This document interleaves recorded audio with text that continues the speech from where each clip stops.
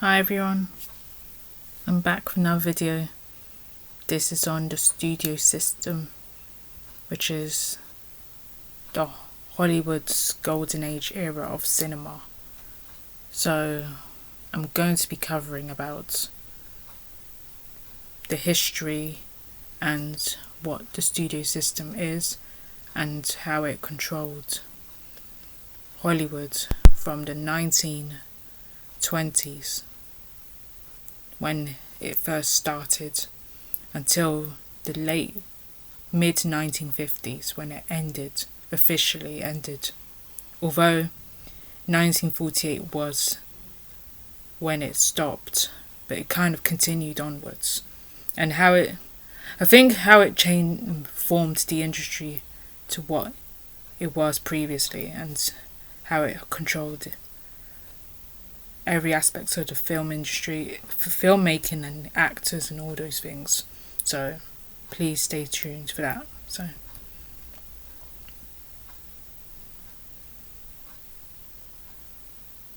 So the question is, was the Hollywood studio system?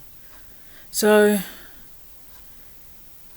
in terms of what the Hollywood studio system was, it was about controlling every aspect of film distribution, from the pre-production or development stage to the distribution stage of the film when it goes out to cinemas across the country and the world instantly. So the business model was created through every aspect of filmmaking, still like this now, but I think nowadays everyone has a lot of freedom in terms of how they worked in the film industry, like directors, writers, editors, and so on and so forth.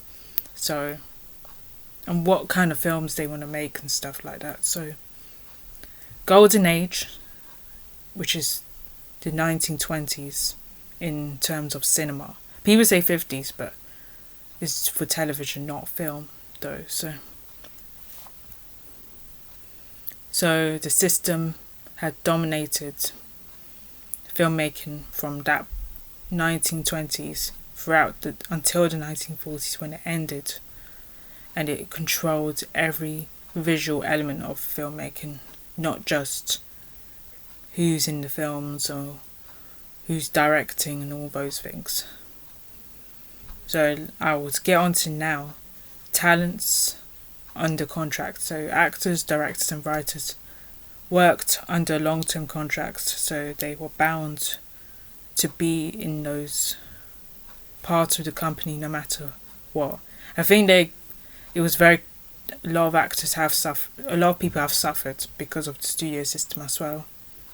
And it's basically studio property, so every executive producers can control every aspect of not of their the careers, but of their lives as well.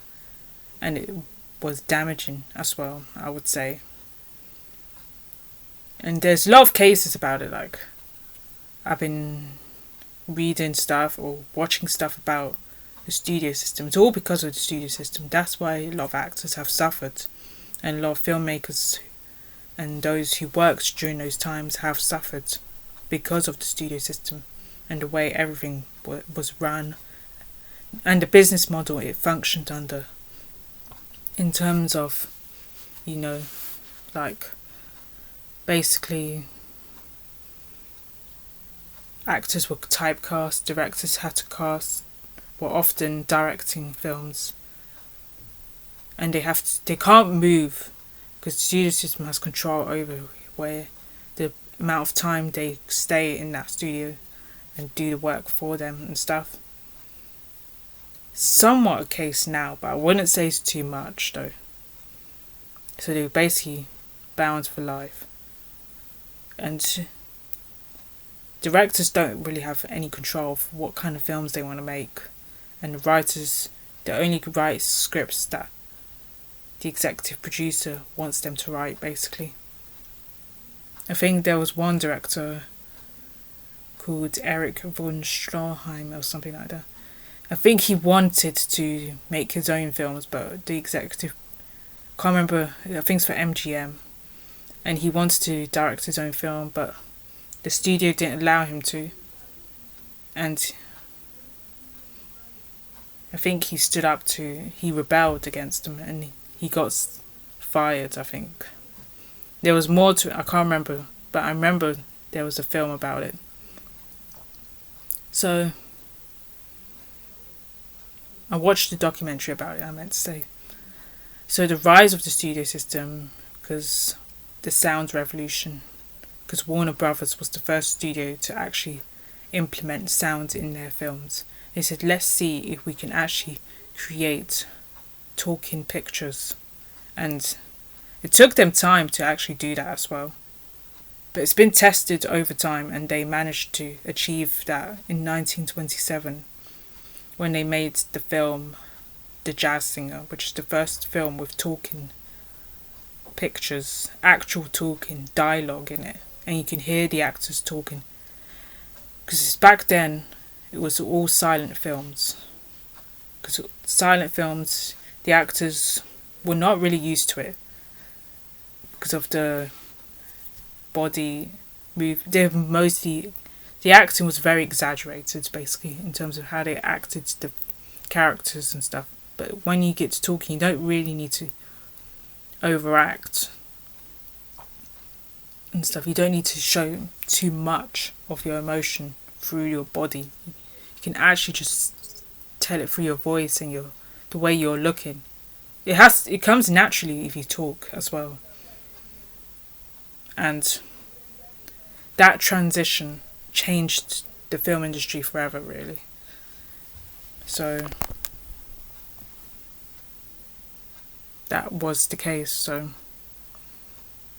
and everyone else started to follow through, and they made more films like it as well. So the urban expansion, so it created a new audience as well, and a lot of people started going to the cinema, and it became a cultural phenomenon in terms of Hollywood and how Hollywood developed and grew itself. So that's a transformation within itself. And vertical integration, studios have invested in films and theatre chains to help them preview their films, so they controlled every aspect of the pipeline. So that was basically why it's that monopolies and different types of business models that they implemented in order to control every part of the industry, and every company that was part of helping in unions. There's unions because actors spoke up against all these things as well, and filmmakers had unions as well. Nowadays you can go to a union if you have an issue, but in UK that's how we do it in our film industry as well, because there's Beck2 and there's Film and TV Charity. There's a few other ones, but they're the main two, I would say, Beck2 and Film and TV Charity in the UK.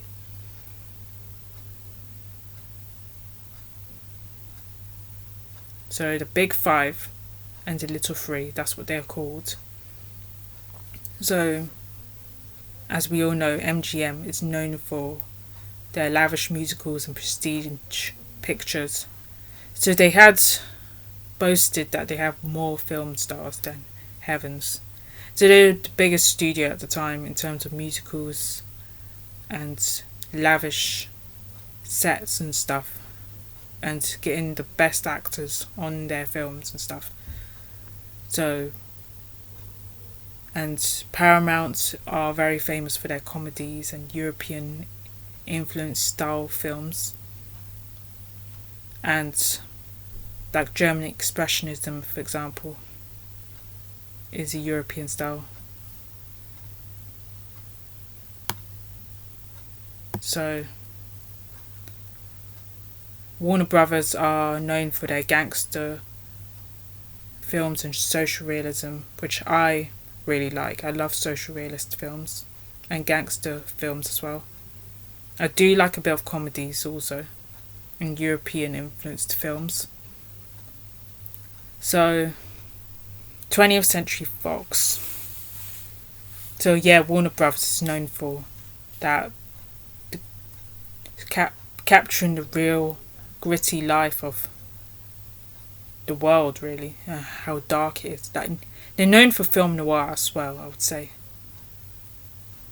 And 20th Century Fox are also known for their musicals and Technicolor spectacles, because they're the first. I think they're the first studio to actually use Technicolor through I think the Wizard of Oz is from that studio as well. Can't remember. But they use Technicolor in their films. RKO is the studio that actually fell as well, which I'll get into afterwards.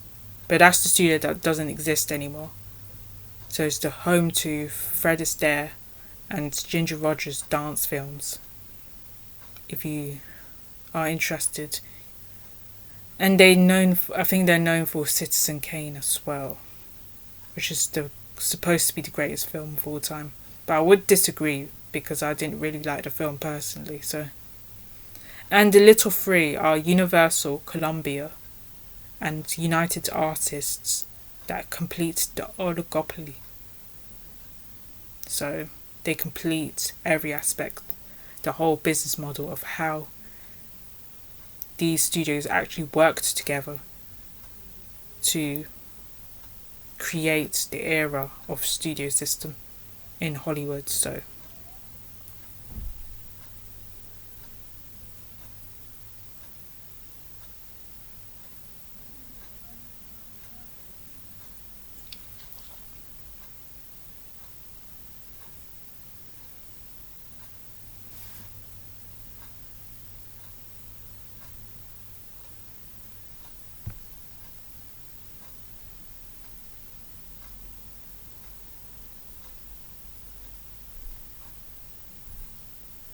sorry.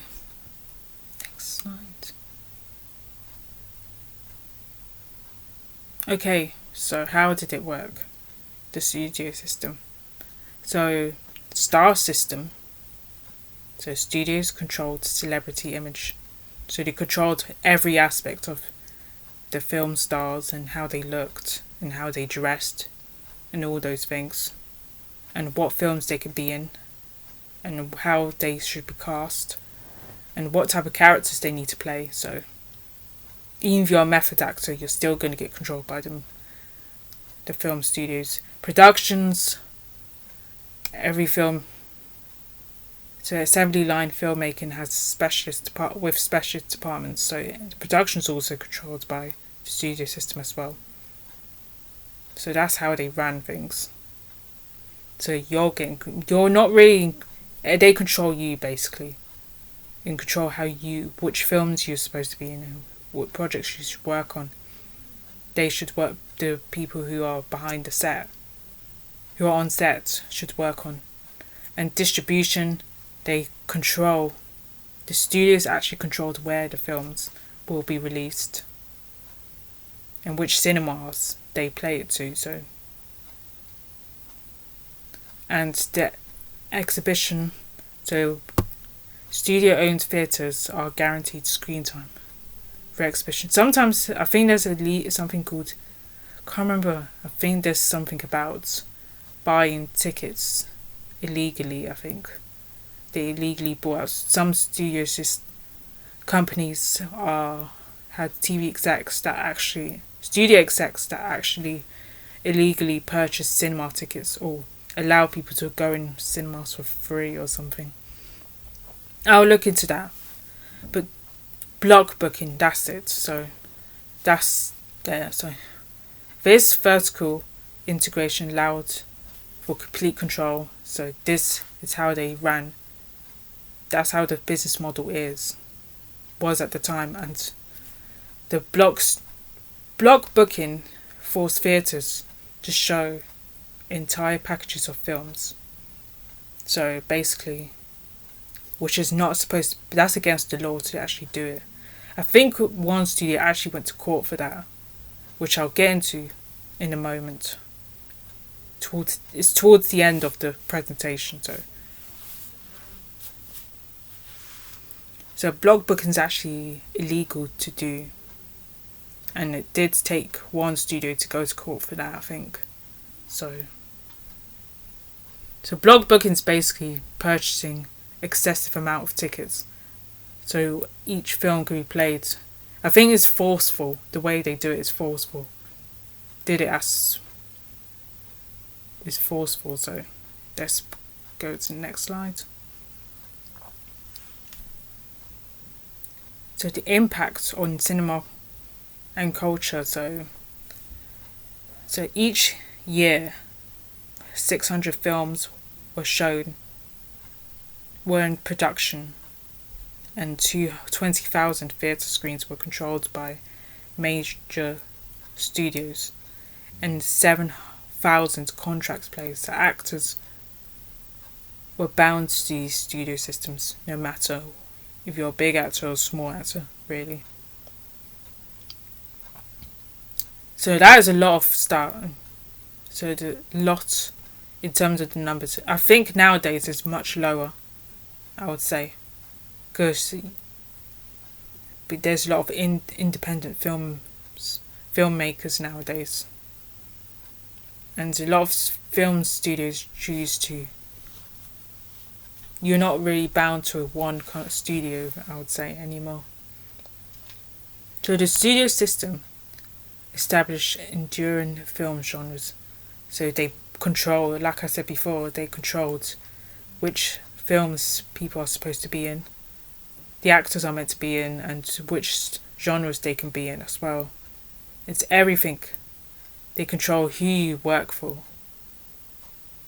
They controlled what type of films you should star in, or what films you should actually help out in, or be crew of, or write, or direct, all those things.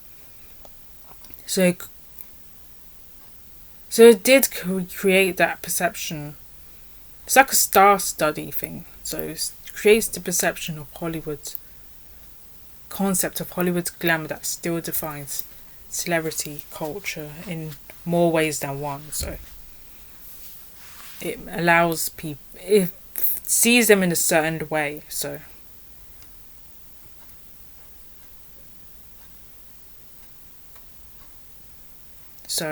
the decline, as I mentioned, did happen in 1948. I think it will be due to the war.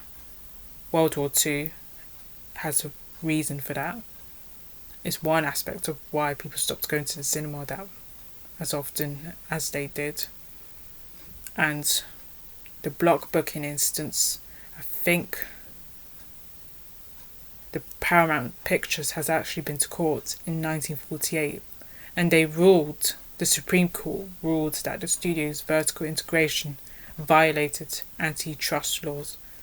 So because of the whole block booking thing and the way they functioned and in their operated the business or operated aspects of their film, a lot of studios have done it as well. So they were forced to divest from theatre chains. So that's what happened. So, and the television, and this is the golden age of television, which is in the 1950s. So the cinema attendance plummeted, and households are now getting their own televisions and watching TV more. So TV is basically the new cinema. Except there was one video I watched about slow cinema, and it was about this Italian director, saying that using the TV dictates who the audience should watch, what the audience are dictating. There is like death of the reader. death of the author and birth of the reader sort of thing. Like the TV remote control allows the person to flick channel from one channel to the next. I can't remember the director. I think it's Federico Fellini or something like that. He was talking about it, and it was very interesting to see about the cinema, the change, how TV replaced film basically. So you're basically allowing the audience to replace you through the TV. So the studios have struggled to adapt to the new medium of filmmaking basically, and what the audience really wants. And fairy tales and unrealistic fantasies and dreamlike worlds can't always be the idea, and romanticism of a lot of life itself. That's what they were making at the time. All the old Hollywood films during the studio system were made. It's not realistic, but they always made. It's like the stories were the same. It has a beginning, middle, and end. But now, it's more. Stories are more in depth and more diverse and more varied in terms of what they're made. Even though they can be recycled, but they always have something in them that to make it their own. So people can relate, and it's like the cinema goer dictated what they want to see basically. And the studios really struggled to adapt to that. And the independent production rises. So directors and actors formed their own companies, production companies, because of this type of stories and the type of films they want to make and what they want to actually do basically. So they know they're not in control. No one's in control of them and their looks and their way of creating or portraying the characters in their films. So the star-driven film package was replaced the studio system. So they have more freedom, creative freedom as such. Nowadays, that's what we're getting now. And there's something called the auteur, which is loosely a term, but is now disputed in the film industry now. Not many people talk about it anymore. It used to be a big topic in the 60s and 70s. And it started to be a topic in the 50s as well, because directors are now up and coming. They're making films that have their own style to it. It's no, even though the studio interference can be still in it within the space, because sometimes studios do like to get involved, the bigger ones, and how you're supposed to tell stories and stuff. Because a lot of some films have been ruined because of studio interference and stuff. So that could be the case. But they still had creative freedom. Ideas that could change the landscape or make them name known. So the studio reconstruction. So officially it ended in 1954 really. So that was that. So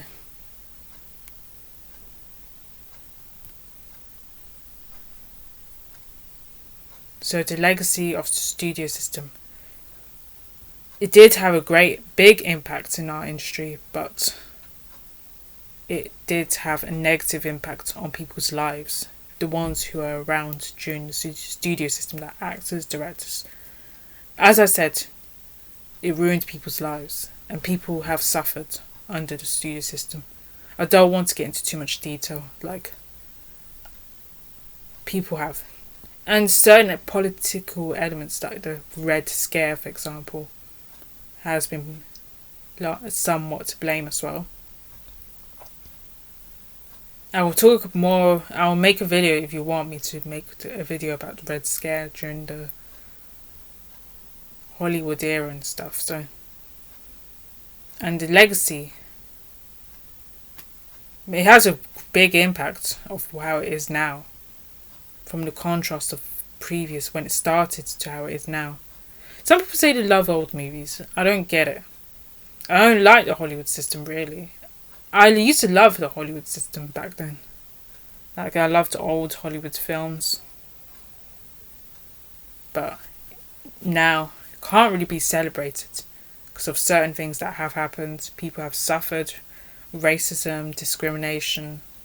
Some people have been controlled and manipulated by the studio producers and all those things. And